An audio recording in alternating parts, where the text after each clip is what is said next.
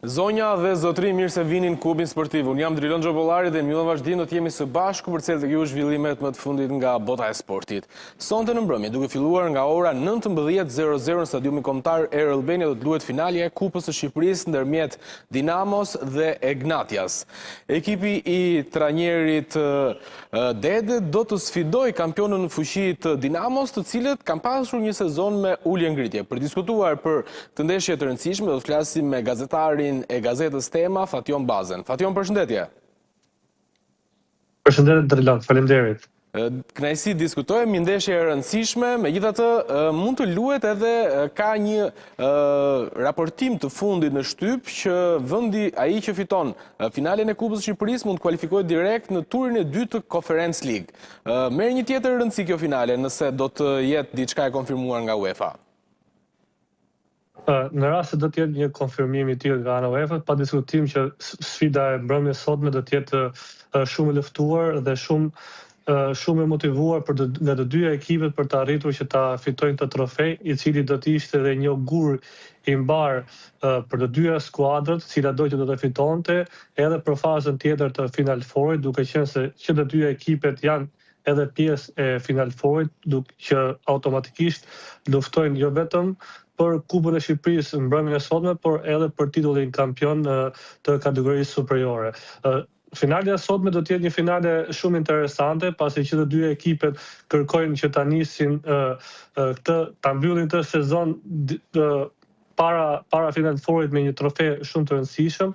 Unë jam shumë kurioz të shoh realisht se si do të jetë Egnatia e parë e Nevil Dedes në këtë finalen e sotme, duke qenë se do të cilësoja debutimi i Dedes në stolin e Robozhinasve, për mendimin tim nis sot. Dhe do të jetë interesant se si ai do të adaptojë idetë e tij tek ekipi i Robozhinas. Po ashtu përballë ka një Dinamo që është ekspert e finaleve, me një trajner i cili di të fitojë ndeshjet më të rëndësishme të sezonit. Në këtë mënyrë kjo do të bëjë që sfida mbrëmjes sotme do të ngjallë një interes të madh për ta ndjekur dhe për të parë një ndeshje reale pas një faze të katërt që nuk është se na shijoi shumë, duke parë se kemi parë disa ndeshje të çuditshme edhe jo shumë të drejta. Në këtë mënyrë shpresojmë shumë që finalja sotme të jetë një sfidë e luftuar me emocione dhe në fund fitoj skuadra që e meriton.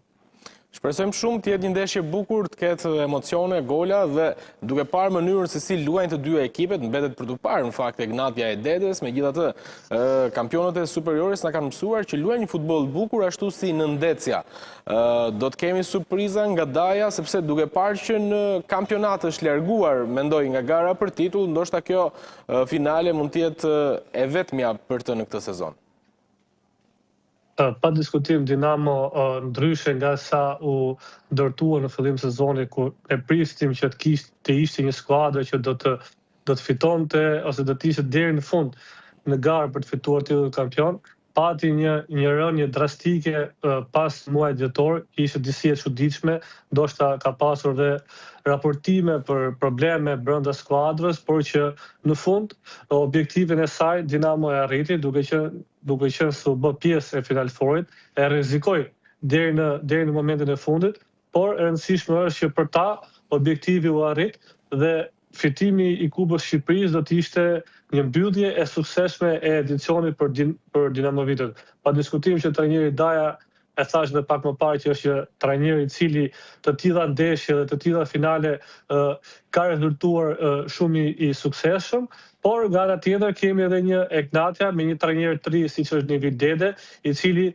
ku ka më mirë se ta niste, siç e thash, sezonin e tij në krye të stolit të Robozhinasve me një trofe. Pra dy ndeshjet e para ishin, le të themi, si stërvitje dhe vjen ndeshja zyrtare në finale që luhet për të fituar. Mirë, megjithatë, është një skuadër e cila kërkon ta mbylli edicionin me me një trofe edhe një trajner i cili do ta nisi debutimin e tij me një trofe. Kjo e bën interesante edhe finalen e mbrëmjes sotme.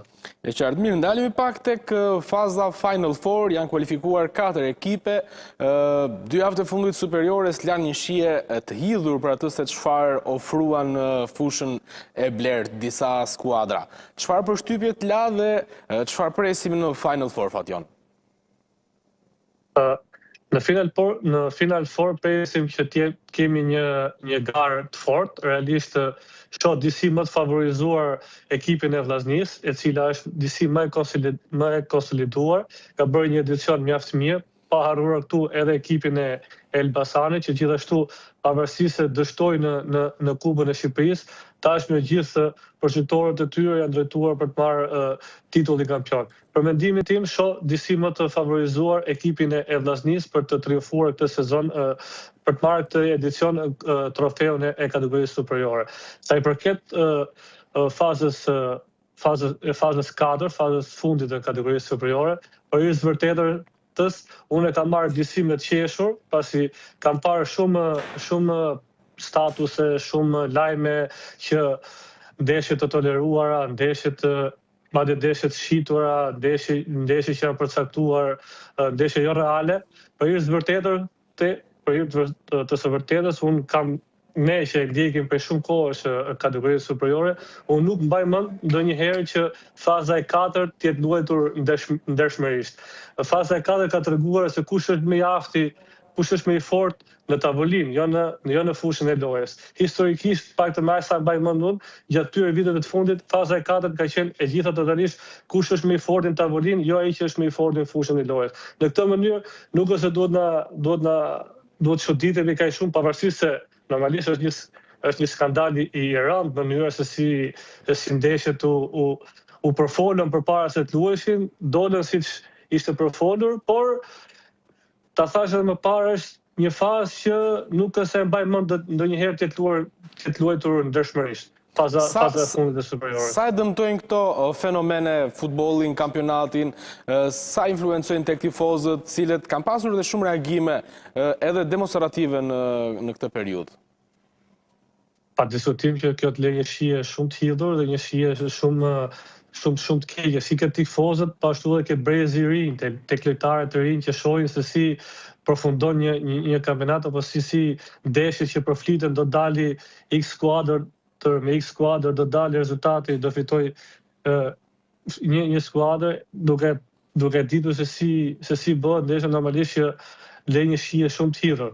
Por unë e theksova, është për të ardhur keq, pasi vetë ekipet nuk duhet të bëjnë diçka të tillë, le të jetë mbijetoj ai që e meriton mbijetoj, dhe shkojnë në Final Four ai që e meriton shkoj, sepse të tilla ndeshje të toleruara nuk është se japin një kënaqësi edhe vetë atyre skuadrave që mund të fitojnë në prapaskena. Në këtë mënyrë është dhe pjesë e përgjithësisht pa diskutimit takon edhe institucionit të futbollit shqiptar, i cili hesht përballë këtyre fenomeneve dhe nuk merr asnjë mas, dhe kjo ka bërë që çdo vit ne të kemi të njëjtën fazë, me të njëjtat ndeshje, me të njëjtat tolerime dhe është për të ardhur keq. Pa diskutim, megjithatë, ajo që më shqetëson Fatjon është fakti që edhe në liga tjera, në ndeshjen e fundit, kur nuk ka interes, ka një lloj neglizhence, por këtu nuk është e njëjta situatë dhe për më tepër janë presidentët cilët me vendimet e tyre arrin që dalin në këto konkluzione, sepse në fund ata investojnë shumë para, ndërtojnë një ekip cilësor, por do të ishte më mirë sikur këto para që investojnë, të investojnë edhe tek stafi dhe nëse nuk arrihet objektivi sërish tifozi mos zhgënjehet në fund për të ardhur në stadium për ta përkrahur ekipin. Pasi duket sikur parat ikin kot, ikën i gjithë investimi kot, tifozët largohen nga stadiumi, futet një frym e keqe tek brezi i ri. Çfarë ndodh me presidentët? Mendon që a e kanë ata në dorë fuqinë ta ndryshojnë? Pa diskutim që ata e kanë dorë të ndryshojnë çdo gjë. Në rast se ata vendosin që ndeshja do luhet drejt, pa diskutim që ndeshja do luhet drejt. Nëse ata vendosin që të tolerojmë këtu, të bëjmë favore X skuadre apo X skuadre, normalisht që tifozët edhe do zhgënjehen. realisht në këtë fazë që u mbyll, ka pasur distancim nga pothuajse nga gjithë anët e tifozërisë dhe jo më kot kategoria superiore në çdo sezon sa vjen e paksohet numri i tifozëve në shkallën e stadiumit. Nuk është vetëm cilësia e dobët e ndeshjeve, por edhe të tilla tolerime, edhe të tilla marrëveshje që bëhen në prapaskena kanë bërë që të humbi besimi tek edhe një tifoz me i flakt i çfarëdolë ekipi. Shpresoj shumë që ky të jetë një sezon që ti ke dhënë një mësim të mirë të gjithë presidentëve që nuk duhet bëjnë ndeshje në prapaskena, por le t'ja lënë fushës lojës, pasi do të shohin edhe vetë se si kanë investuar dhe ku kanë bërë gabime dhe ku kanë bërë mirë. Se kjo është ajo që më bën përshtypje dhe janë drejtues, drejtori sportiv, trajnerë, se ka pasur fenomene të çuditshme, dhunë e madhe tek moshat, gjithashtu edhe tek Elbasani, Tirana, pra janë gjitha këto që kamuflohen dhe në fund japin një imazh të keq të kampionatit. Megjithatë, për të kaluar tek faza Final Four, kemi 4 ekipe, Egnatia është e treta në klasifikim, kryeson Vllaznia, Elbasani dhe Dinamo. Kështë e më afër titullit kampion, pashi konferencë trajnerit Martini, shumë entuziazëm, të gjithë e dinë se ne jemi më të mirët dhe i druhen Vllaznisë. A beson që Vllaznia është më e mirë në këtë moment duke parë edhe formën që ka kaluar Elbasani? E thashtë në pak më parë, shoh disi më të favorizuar skuadrën e Vllaznisë. Ka një grup lojtarë tashmë që kanë fituar një eksperiencë, kanë bërë një edicion shumë të mirë dhe me një qëndrueshmëri në rezultate. Harmonia e tyre është në skuadrë është mjaft e mirë, ka një mbështetje mjaft madhe edhe nga ana e presidencës, edhe nga institucionet vendore në Shkodër, të cilët e shohin që si momentin e tyre më të artë për të rikthyer titullin në Shkodër pas shumë vites. Kjo e bën Vllaznin edhe më favoritët, pasi edhe Elbasani nuk ka pasur një mbyllje të kampionatit në mënyrë të dur. Humbja me Tiranën mund të ndikojë disi psikologjikisht edhe tek ekipi e Elbasanit. Në këtë mënyrë shoh ekipin e Vllaznisë disi më të favorizuar, por nuk duhet të harruar edhe Egnatia me Dinamon që janë aty dhe mund të surprizojnë nga momenti në moment, pasi kanë si Dinamo, si Egnatia, i kanë elementet cilësore në skuadër për të bërë një surprizë të madhe, pse jo. E di që Partizanin e ndjek me një vëmendje të veçantë, këtë sezon doli jashtë çdo objektivi, një kampionat i dështuar pa diskutim për atë se çfarë pretendon presidenti Demi, megjithatë një sukses i madh është pjesëmarrja në Champions League Youth me ekipin U19.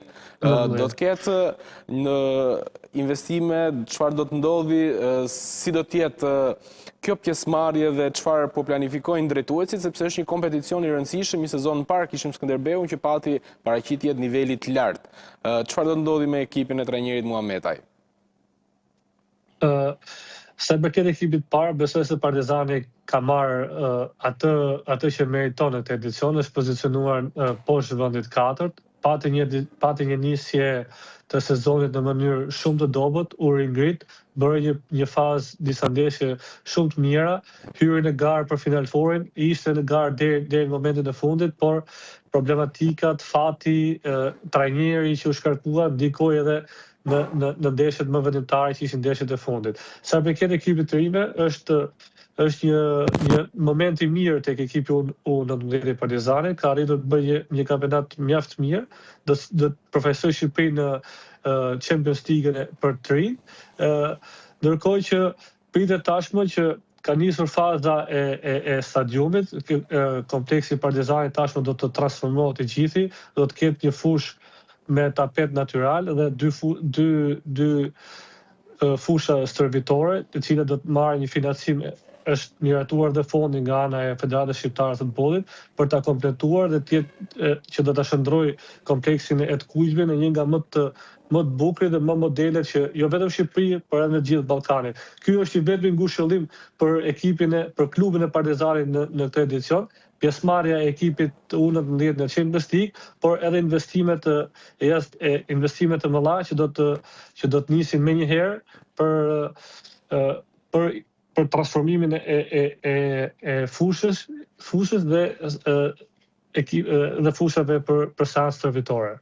Do t'jetë një kompleks modern dhe kjo është diçka për të vlerësuar që ka bërë presidenti Demi. Mirë, Fation Baza, ishte kënaqësi të të kishim program. Faleminderit juve.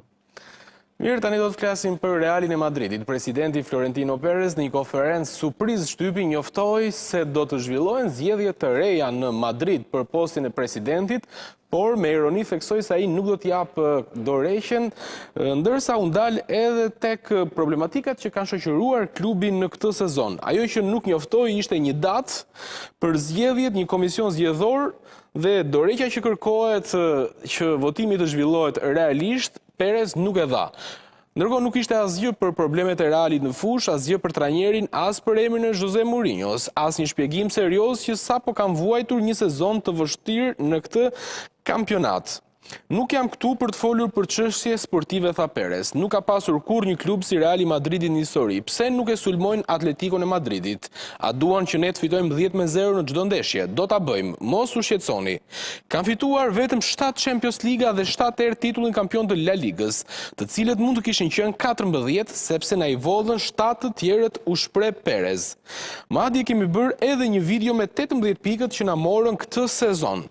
Turma mund të vërshëllejë nëse Reali luan dobët, por ekziston një lëvizje që i shtyn njerëzit të vërshëllejnë sistematikisht në stadium, u shpreh presidenti Realit. Gjithashtu ai u ndal edhe te kritikat që ka pasur në shtypin e shkruar dhe tha se si ka mundësi që një gazetare e cila ndoshta nuk e njeh futbollin mund të flasi keq për Realin e Madridit. Gjithashtu ai u ndal edhe tek tifozëve të cilët ju kërkojnë mbështetje dhe ta përkrajin ekipin dhe lojtarët, ndërsa sa i përket sherrit ndërmjet Valverde dhe Tchouameni, ai u shpreh se nuk do ta preki këtë pikë. Mirë, me këtë informacion kemi mbërritur në fund të kupit sportiv për sot. Duke falenderuar për vëmendjen, bashkë, mirupafshim.